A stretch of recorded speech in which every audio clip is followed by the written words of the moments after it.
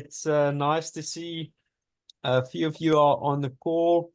We might have a few joining us still later on, but it's nice to know that we can spend some time tonight.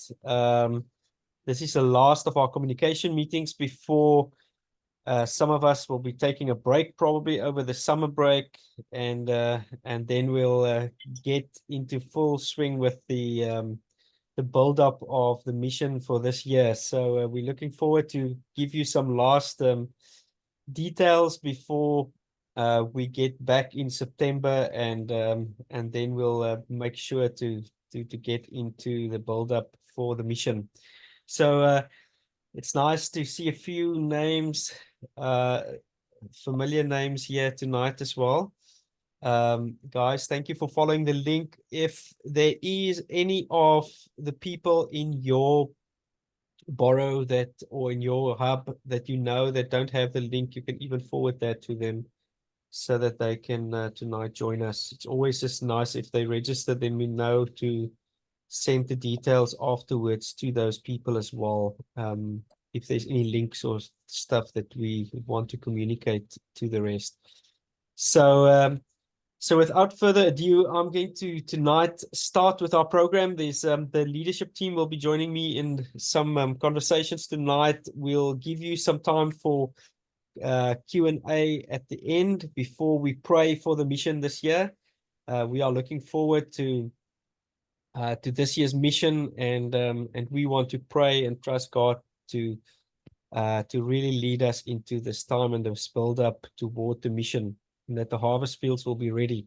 So I just want to quickly mention a few things that must be placed in your hubs that by now, and I want to encourage you, if not so, please guys, let's get into the organizational part of these things. The one is that the roles of those who are going to help to organize the mission should be in place by now. If not, then we need to get those names from you as well, please, so that we can start to communicate and send some detail to them. I would assume that the hub leaders have had some discussions with those people, and that that they know what to do. If they've not done the training, then I want to encourage you to get them to do the training. There's an online version of it on our website. So if you don't have the link, we can even send that to you afterwards as well. But let those different role players please do the training so that they know what to do and what to get involved with. Then the last thing is that from my side is just your church's commitment toward this year's mission. If we can get to hear from you who's going to be hub leaders, who's going to be active hubs this year, that'll be helpful so that we can start to communicate with you and make sure that the communication flow in the build-up. We're excited. Tonight, Sharon is not with us. She's got other things that she must attend to, but she sends her love, and she's very excited to connect with you within the few months to follow. I'm going to ask Alex tonight to just share a few details with you concerning the timelines, and also what is things that at this stage you need to announce within your hub churches so that we can get going for September. Great, thanks, Hercules. Are you going to share the screen? Yeah. Yeah. I was just going to say I might have some problems tonight because it seems like I'm freezing a lot. So I'm not even sure if you can hear me right now. Can you? Yeah, we hear you perfectly. Yes, I hear you. You can hear me, okay. If it does freeze, you might have to take over, Hercules, okay? Okay, no, wonderful. All right, because for some reason my internet, normally it works very well, but it's just playing around for some reason. Okay, well, first of all, I just want to say hi, everyone. Fantastic to have everyone with us tonight. First thing I want to say, you know, when we're thinking about mission, we really need to be a people of faith. You know, in Hebrews 11:1, it says, faith is being sure of what you hope for, certain of what you do not see. And at times I have seen, you know, God has said the fields are ripe for harvest. And over the last few years, we've experienced an incredible harvest. I don't think there's been a time when we've gone out that we haven't seen people give their lives to the Lord and be asked to be followed up. Don't think that's ever happened over the last few years. There is such a harvest now, but it's very important that we walk in the obedience of faith. Romans chapter 1, verse, I think it's 5, talks about Paul walking in the obedience of faith. And it's so important that when the harvest is there, we don't talk ourselves out of the harvest. And there's always a pressure because of maybe busyness, circumstances, not really applying ourselves and being obedient to what Jesus is saying, to talk ourselves out of the harvest. But the Bible says in Hebrews 11:1 that faith is being sure of what we hope for and certain of what we do not see. And so when we have that substance, as the King James Version puts it, substance of faith, and we act on it, and we say, yes, we're going to see a harvest. Yes, we're going to get out there. And then we don't just say it, but we act on our faith. Things happen. As I've shared a few times, over the last few years, our church has grown hugely with people between the ages of 20, well, I'd say 18 to 35. And we're still seeing that growth every week, new people coming in and coming to the Lord. That's from every type of community, Black, white, Asian, all different communities. And it's because of that step of faith. But if we sort of let pressure come on us, or we doubt what God says, that's when we start to talk ourselves out of the blessing of God. Remember, the word blessing is the word to speak well over. And God speaks well over us, and we need to speak well over the things he does. And then that is how we reap the harvest. And so I just encourage us to be encouraged, to keep in faith, because that is what causes us to then act in obedience to the Father. And then that's what sees that harvest that God has already given us. There's no doubt the harvest is here now, but it's when we walk in that obedience of faith that the harvest comes. It's a bit like our evangelism guide. So many people are using it now, people in the turning and people outside the turning, because you know what it does? It disciplines you to just being obedient to the gospel, just speaking the gospel. And so when you speak the gospel, and people have found this, if they sort of go off track and they try and think, oh, I've got to do something to persuade people, you often end up in long conversations that don't actually reap. But if you just stick to the pure word of God, the gospel, and you share the gospel, you'll find you'll get surprised. I'm still surprised every time I go out there and people respond to the gospel. You'll get surprised that the gospel, the simple gospel, even without overly explaining it, has a power that just causes people to open their hearts when you bless them, to want to give their lives to the Lord. So I just wanted to encourage us with that at the beginning, because I know, as time goes on, we need that encouragement to remember the power of the word and the change that it brings. And I just want to say well done to everyone, because you are faithful to actually be those that are putting yourselves out there to go to see the harvest reaped. So let's have a look then at what we need to do now leading up to the mission in September. Just double checking, can everyone hear me okay? Yes, we can hear you. Loud. Okay. Yes. Good. Okay, just make sure I'm not talking to myself. Okay, so announcements. For really, what we want to do now is we want to start announcing things to our hub churches. So where we've got those connections in our local area, we want to now actually be showing people what is going to happen on the mission week, and then what are the events leading up to that. So if you can take note of these as we show you now, you may want to take a picture of the screen or something like that. But I'll show you first the mission week. Those of you who've done it before, you understand the mission week format.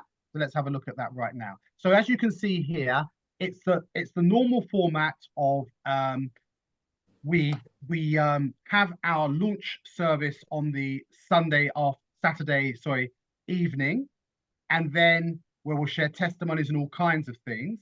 And that'll be a time together where we launch. And then on the Sunday evening, you'll have your first encounter evening in your local area, where you'll pray, share testimonies and everything ready for the next day. And then obviously the next day you go out in the morning, and as you know, that format is we meet at 9:45 for 10 o'clock start. And within that time, you'll have worship. You'll train people in evangelism and how you use the script. You'll then give people an opportunity to practice that, get into twos or maybe 4s at that time, and just practice the script, go over it. And then you'll have an hour where you go out. Normally, you would go out at 1 o'clock. Sometimes you'll find you go out a bit earlier. And the reason you go out a bit earlier is because once people, if everybody there has done it before, you can have a more brief training time and maybe get out by 12 or 12:30. And so you're back by maybe 1:30 or 1 o'clock, something like that. But then at 1 o'clock, when you come back, then we have a sharing of testimonies and all those kind of things. So that's how it works. And then the same day, you'll then have another encounter evening where you'll experience the presence of God, ready, equipping you to go out the next day.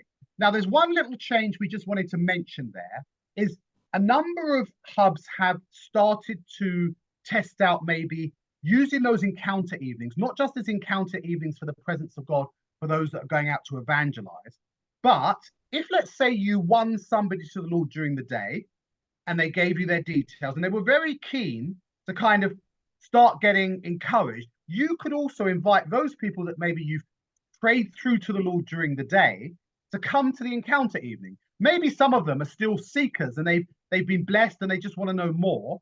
You could invite those people to the encounter evening so they see the rest of you encountering the presence of God. But you could also have an opportunity where you might even give them an opportunity to give their lives to the Lord if they haven't done that yet, or if they have, maybe to be filled with the Holy Spirit, encounter God in power, and just have that experience of seeing other Christians worshiping God. So we just want to add that element this year. If you want to do that, I mean, you may keep it as you have, and that's fine. But if you want to, we found that's quite effective as well.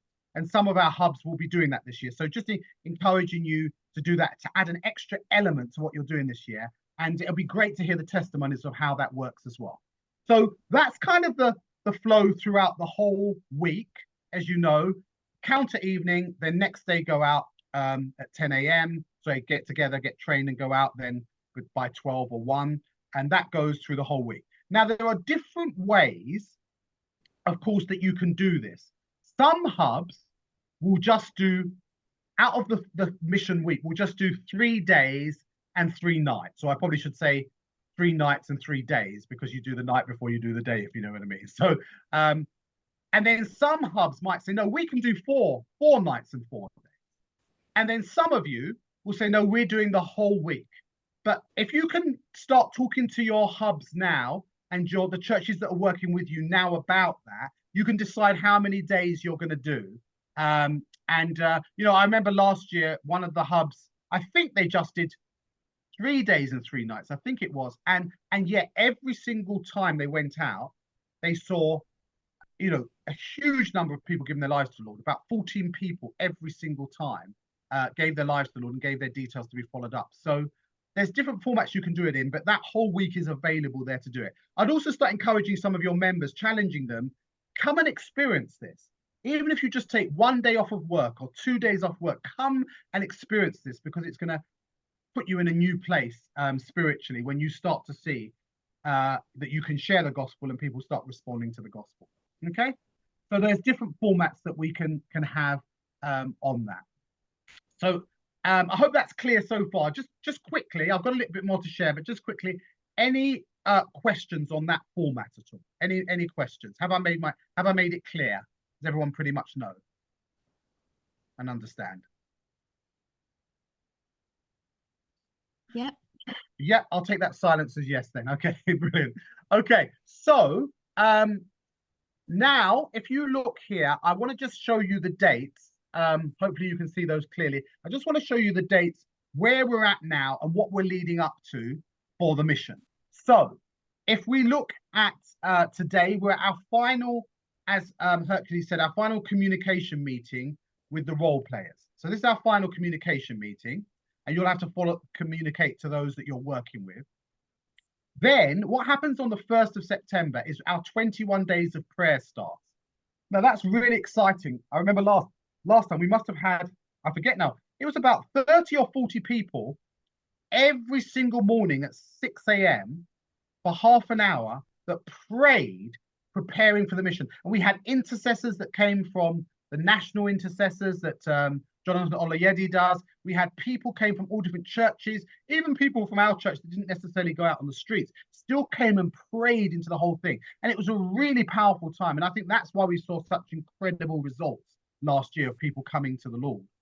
And so we're going to do that again this year, and that's going to be exciting. And we'll partner with Jonathan Olayedi's national prayer team as well. So that'll be fantastic. So if you can get that date in your diary and let people know that's going to start on the 1st of September.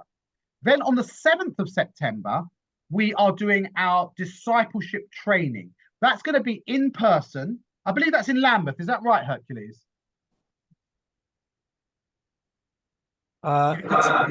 We've not we've not confirmed that yet, confirmed but it yet. Okay. we'll let you guys know as soon as we've got Okay. the The last time it was.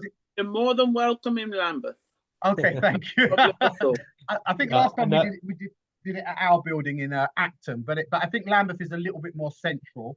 But we did have we had an absolutely amazing time. It was so powerful, and there was such incredible feedback, because I think discipleship is really the key to the whole thing. That's the culture we're trying to develop in all of our churches, that we don't just win people to the Lord on the street, but that as people connect with people, they then take them through a discipleship process so that each one is reaching one and discipling them and bring them into being strong disciples of Christ. And so we're going to talk all about that on our discipleship day. So make sure you get as many people as possible to that day, because that really equips people to understand it's not just about leading someone to the Lord. That would be like birthing a baby, giving it a bottle, throwing it in a corner and saying, feed yourself. That's not what we're into. We really want to nurture the new believers. And I've found that when you really nurture a new believer in the right way, you find they are so strong. In 10 years' time, they'll still be walking strongly in the Lord because of those original foundations that were put in. In fact, just this Sunday, I had a visitor came to our church who used to be a part of our church when they first became a Christian. And they said to me, Alex, I just am so thankful to you. Thank you so much for the incredible foundations you put into me as a new believer, because it has just lasted for my whole life. It's made such a difference. And so that initial nutrition you put into a new believer makes an incredible difference in somebody's life. So do come along and we'll go through that whole discipleship making process and how we create a discipleship culture as well in our churches, which we're really committed to. We believe is really important. So that's the discipleship day. Then the mission starts on the 14th of September, and it starts with a prayer march in your local area. It could be all your local hubs churches together, or it could be individual churches that are going to be involved, praying around the areas you're going to evangelize. So just going for it may just be an hour's prayer march on the Saturday morning, or whenever you can do that, and just praying over your area. And again, you're just preparing the area to receive the harvest.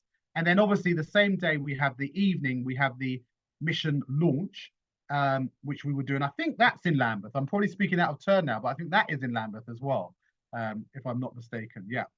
And we're putting it in Lambeth because we find that's a bit more central for everybody to get to.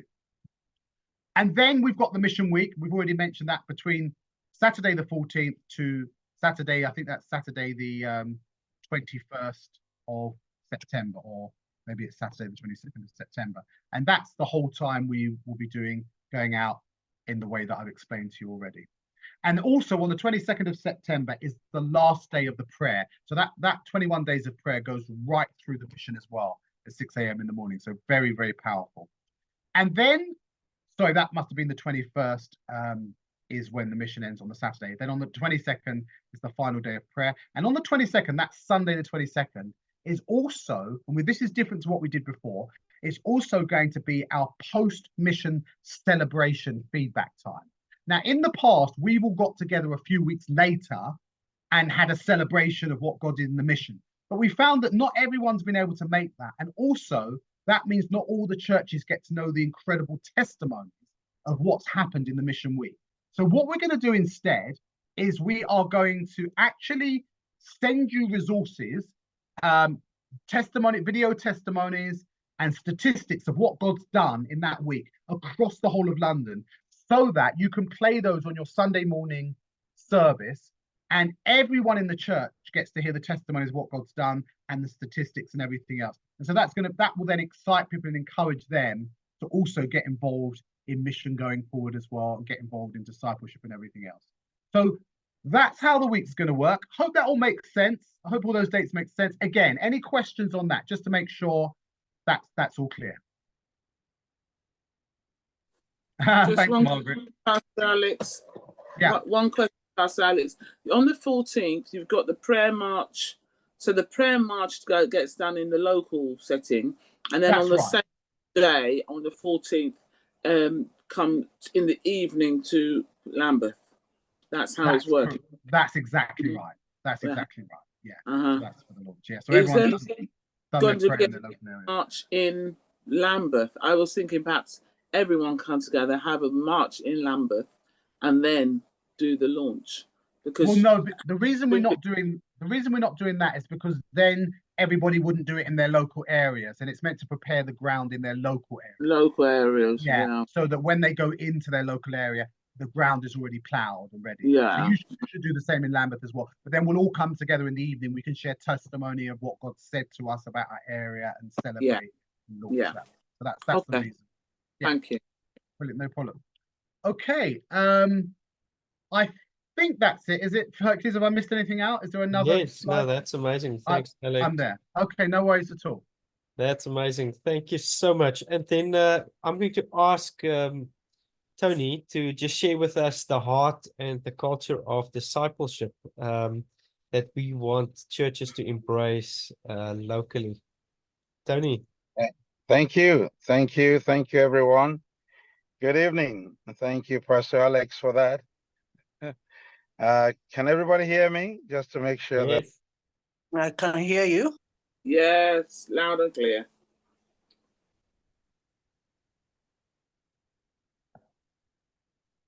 Can hear you. All good. Right. Okay, wonderful. And what we really realizing is sometimes the people coming into turning, they get a lot of excitement from doing it. But one of the things that turning is about is not just really the events of really evangelizing. That's really that's not just what it's about. The Lord really birthed this from a perspective of a total change of culture. And Alex said a few years ago, really there was a lot of this whole thing about, is the Lord saving, God saving souls? Now we're seeing souls getting saved. Souls are getting saved, and that's amazing. But the focus and vision of turning is a change of culture. Now we ask a question, really, how many people really kind of evangelize in a church? It has increased in our church. I don't know about your church. It's growing. But what the Lord really wants is a culture where we are raising disciples who raise other disciples. We know that's what the Bible says. We know that that's what the early church did. I'm always fascinated by Acts chapter 8. I think it's verse 4, verse 3, verse 4, where it says, when they were scattered, everyone went everywhere preaching the gospel. And I ask myself, how do you get a whole church who gets scattered? And instead of them being worried about their children, where they're going to eat, where they're going to sleep, where they're going to really, all of those things that you get worried about when you're scattered, instead of being worried about that, they wait preaching the gospel. It takes a very strong and mature believer to be able to do that. That tells us that the church in Jerusalem was not just a church of people who attended, it was a church of disciples. And so the vision and the focus of the turning has always been about changing the culture in the church, where not just a few people are raising disciples or are winning souls, but the whole church. Now, that takes time. Considering where the church has been the last few years, that takes time. We know that it's not something that we are going to be able to do in 1 year or even 2 years. We know that it's something that we cannot do by ourselves, which is why really, I love the fact that turning has encouraged soaking, trusting God, having faith, spending time in God's presence. And really, in our church, we've added a lot of fasting and prayer to it, because I just realized the same God. We need God to bring people to himself, and we need God to really bring believers to a place where they disciple. So the expectation should not just be that really we are just doing an event. It's actually that we are looking for the culture in our church, but beyond our church, in other churches to change. So we want to really go on a journey together where we learn, where every believer is evangelizing, where every believer is following up, where every believer is discipling somebody else. So it's not an event.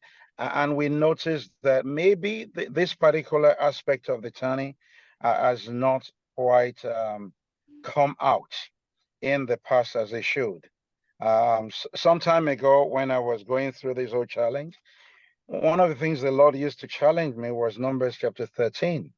When the disciples, when the Israelites were asked to go into the promised land, and they saw giants, but they came back and said, "Oh, we can't take it. There are giants in the land." And the Lord challenged me to say, "Well, what are your own giants in your land? What's making you to say you can't?" And it was quite a challenge, isn't it? Really, because it's easy for us to hear about the Israelites who say, "Oh, these people are too big for us." But in our own generation now,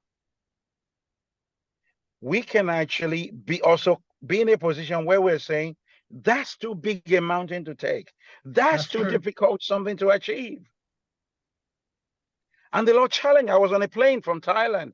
When the Lord challenged me, he said, we have got to move into a place of faith. It is not something we do by our strength. We have got to pray. We have got to fast. But with God, we confess this. All things are possible. And it's the same way that the Israelites needed to believe God to take the promised land.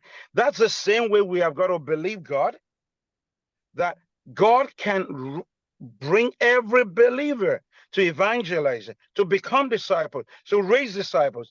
God can change the culture of the church in London. And it is God who's going to do it. So we really want to sorry get the heart of turning really to everyone to say, we are going on a journey. Now, you may go out this year and there may be only 2 people or 3 people or 30 people or 300 people that join your church, but the vision is bigger than that. And really, we really want to pray into that as well. The same God who is now touching the hearts of people on the streets, who is touching their heart and bringing them to himself, is the same God who's going to touch their heart to be disciples. The same God who's going to touch their heart to raise the other disciples. We have got to trust the Holy Spirit. And so, please, we want to encourage ourselves, including me. I want to encourage you. And we got to really encourage as many people in our churches as possible to come for the discipleship training. Whether we are doing it in our churches, I mean, one of the things that we do is we deliver it again over and over in our church, or however we are doing it. But it's got to be that journey. But also, I think we can also encourage other pastors, other leaders. Pastors are very pragmatic people. They want to go out, they want to do this event, and maybe even church leaders, other leaders that we have got. As people start to look at it and say, oh, you've done this event, how many souls have actually joined the church? Well, I love the testimony of Pastor Alex, and there are many other churches who have shared the same thing, that you go out. Your faithfulness in going out, really God honors it, and it brings people. So really, that's what I wanted to share with us tonight, to say, really, God is amazing, and he can do amazing things. I didn't realize my video was off, by the way. He can do amazing things. Really, when we trust him, when we believe him, but it will take all of us working together. Well, I'm going to stop there. God bless you. Yeah. God bless you. Thank you, Tony. Powerful. Oh, thank you so much, Tony. It's so beautiful to hear your heart, and we once again want to encourage you guys on the 7th of September to join us then for the discipleship training. That's going to be awesome. Steve is one of those guys that's always just on the go. He just wants to spread the news, and one of the things that he's involved with on the leadership team is to prepare for the festivals that we're going to do in 2025. And I've asked Steve to just share a little bit with us on what's going to happen in the festivals and what is busy happening at different locations all over the world with the turning festivals. Steve. Can you all hear me okay and see me okay? Yeah. Let me just check my video. So basically, I'm excited for the turning. I'm excited for what's to come, and I believe God's going to do some great things in the next in September. But one thing I want to encourage you to do is don't make it about that 1 week. Make it about the kingdom and what you built together as a hub, and do various things throughout that year together, and not just to be for 1 week, but for it to be a continual harvest together in your community. So that's what I want to encourage you to do. But next year, there's going to be a different flavour for some.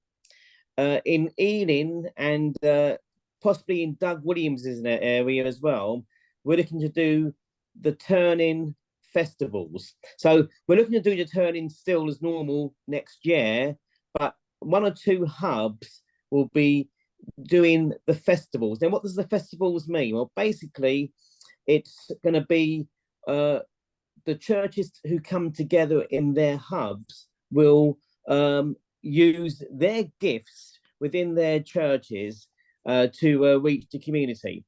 Now, do you remember Soul in the City? 2004. That shows you my age. Now, in 2004, all the churches in London done Soul in the City. So that encompassed dance, it encompassed sport, it encompassed business, it encompassed childcare, it encompassed finances, it encompassed all types of various things which we could offer to the community. And this is what we want to do during the festivals. So we'll have workshops on business, we'll have workshops on finance, we'll have sports and activities involving drama, activities involving music. So not just 10% of the church are involved, but the wider church are able to get involved in what we're doing. And in each of these streams, there'll be sort of turning evangelistic opportunities. And in the evenings, we're going to be having, soaking evening, but with a proper gospel message as well. So each evening, there'll be people will be invited to a gospel presentation where they can continue hearing the gospel and continue their journey and what they've done during that day.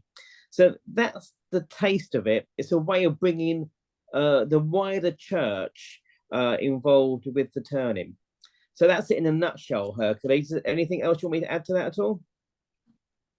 No, that's exciting. And if there's any churches that wants to get involved or hubs that wants to get involved, you can speak to Steve. He would gladly give you some more information on what's happening with the festivals. Is Jonathan here tonight? I didn't see his name. Jonathan, are you here? Don't think he is. No, I don't see his name on here. Sorry, I should have mentioned this in the beginning, but we are recording this session for the sake of those who are not able to make it tonight, and we'll make it available to you guys as well after this meeting, so that you can just distribute that, and the other hubs can be involved as well. So guys, that's why we're recording. It's really not to make life difficult for you in being on the recording. It's just so that we can distribute that to those who missed it. Okay, so I just want to mention then that, guys, we can't do this without prayer. We need to really trust God to prepare the harvest fields, to prepare our hearts, to get us ready for the mission. And in doing so, we want a prayer build-up. Now, I know that there's prayer coordinators in your hubs, but I want to just encourage you guys as well to communicate that to the rest of the hub. There's a few things that we want to see happening until the mission and during the mission of this year. And one of those are that we want weekly prayer for the mission. We want to ask you, encourage your local churches to actually pray for the mission, to now already make that an agenda point for the rest of the weeks that's heading up toward the mission, to pray constantly for the mission. Then also to, as a hub, make sure that you spend time praying for your hub, praying for the churches that is involved and that is even not involved at this stage, to get ready for the mission and to be part of what God is busy doing. And then the 21 days of prayer. Now, I just want to mention it starts on the 1st of September, which is quite soon, and just after, I think it's still actually in that week of the bank holiday time, or just after.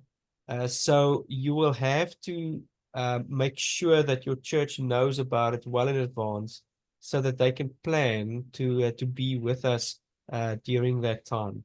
Yes, Alex mentioned it. You know, we were between 30 and 50 people every morning last year, and it was such a special part of the turning and the build up toward the mission. So so please, guys, make sure that everyone knows that as well, and that you actually market it in your churches, announce it, make sure that people are aware of the fact that we want to seek God's presence. We can't do this without the presence of God. And then very important, guys, is just that we want to pray for it tonight. So we're going to use the last few minutes. I just want to make sure my power source is actually on so that I don't lose you guys. There you are. We're going to use the last part of tonight to actually pray for the mission. And I want to encourage you to, in the different breakouts now, sometimes people, you know, just move on when we say pray. Please do not do that tonight. Be part of what God is doing. And as we get into different breakouts now, let's use the opportunity to pray, first of all, and thank God for what he is doing, what he has done, you know, through the turning, and the testimonies of so many people, that we can actually glorify God's name by those testimonies, that we can all share at this moment of people that got saved, people that got discipled. And then lastly is, let's seek God for the mission and strong and healthy hubs. We still trust God for a hub in every borough by 2027. And to do so, we need to trust God for just unity among churches, to actually think beyond their local vision and try to get a kingdom perspective. And within that kingdom perspective, to trust God for souls in the area. Okay, so we're going to, Margaret, you've got your hand up. Yes, I have a question. Thank you, Pastor. Yes. And it's wonderful that hubs come together, different churches come together, as we, you know, in preparation for Mission London, and even in the prayer sessions that we're going to get. It's going to be great, people coming together. I was at the Evangelical Alliance last month, and CFAN, you know, CFAN, Yep. They were saying, we would like to come and help. CFAN evangelists, they said they want to come and help the different hubs. I was last week at the evangelist conference in Wembley, and you know they came from all over. But I wondered if that's okay. We can ask them to, you know, distribute themselves, help us in across London during that mission week. So that's just one offer. Yeah. That sounds very good, Margaret. I think we should follow that up. That's Christian, a very exciting venture. yeah. If we And can I think get it's them great involved as well. working. Yeah, thank you, Pastor. Oh, thank you so much, Margaret. Okay, any questions before we get into the prayer time? Okay. So if there's no questions, then guys, we are looking forward to it. We'll communicate with you some more details until the mission week. And please, if there's any questions, we'll be available for you guys to answer those and to support you in doing so. Okay, so we'll divide now into groups. We're not going to come back together again, but we will leave the breakout rooms when we finish praying. Is that all right? Okay.